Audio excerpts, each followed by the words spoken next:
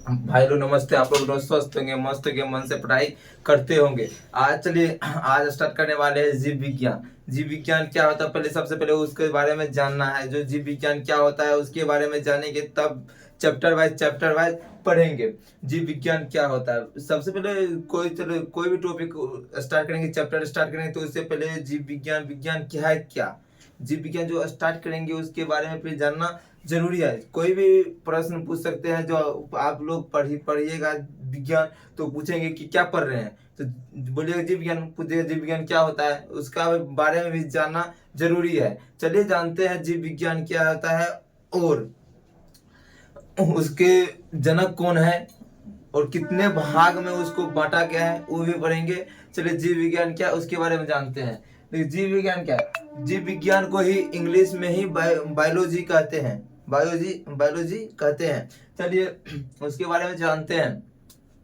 विज्ञान विज्ञान की वह शाखा, पहले जीव विज्ञान क्या है इसके बारे में जानेंगे। जीव विज्ञान क्या है इसके बारे में जानेंगे। चलिए विज्ञान की वह शाखा जिसमें समस्त जीव जंतु के बारे में विस्तार से अध्ययन किया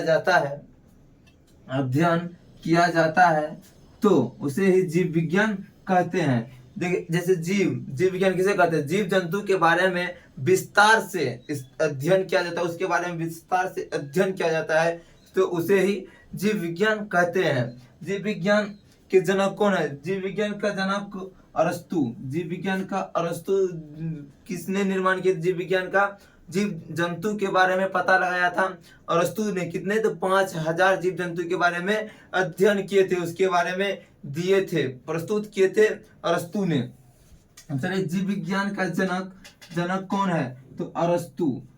पूछेंगे कोई तो जीव विज्ञान का जनक कौन होते हैं, तो बोलना है अरस्तु होता है। चलिए बायोलॉजी को तोड़ के मतलब दो भाग में बांटा गया, जो जैसे बायोलॉजी मतलब लाइफ, मतलब जीवन का मतलब आता है, और लॉज मतलब होता है स्टडी मतलब अध्ययन करना। बायोलॉजी का ग्रीक भाषा 2 शब्दों में बांटा गया है, उसे लॉजी कहते हैं। चलिए और बताते हैं।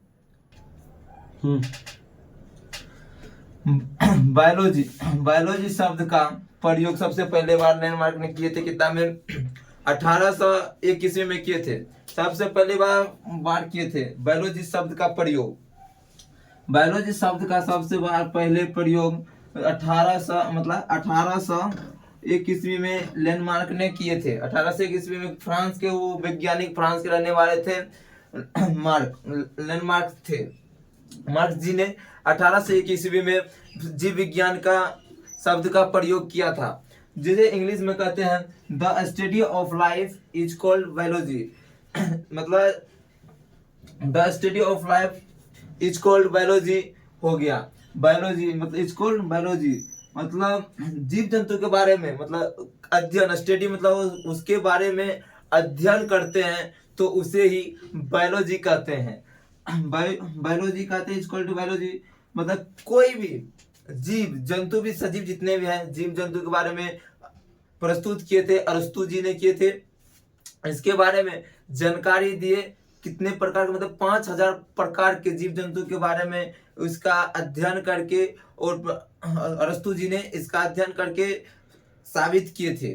5000 जीव जंतु के बारे में बताए थे अरस्तु जी ने। और जीव विज्ञान में सिर्फ जीव जंतु के बारे में ही अध्ययन किया जाता है, उसे ही जीव विज्ञान कहते हैं। चलिए थैंक यू, मिलते हैं नेक्स्ट क्लास में। आप चैप्टर बाय चैप्टर पढ़ाएंगे, आप लोग को समझ में आ गया होगा। डाउट होगा तो आप लोग कमेंट करके शेयर करिए, और दोस्तों अपने दोस्त को भी शेयर कीजिए।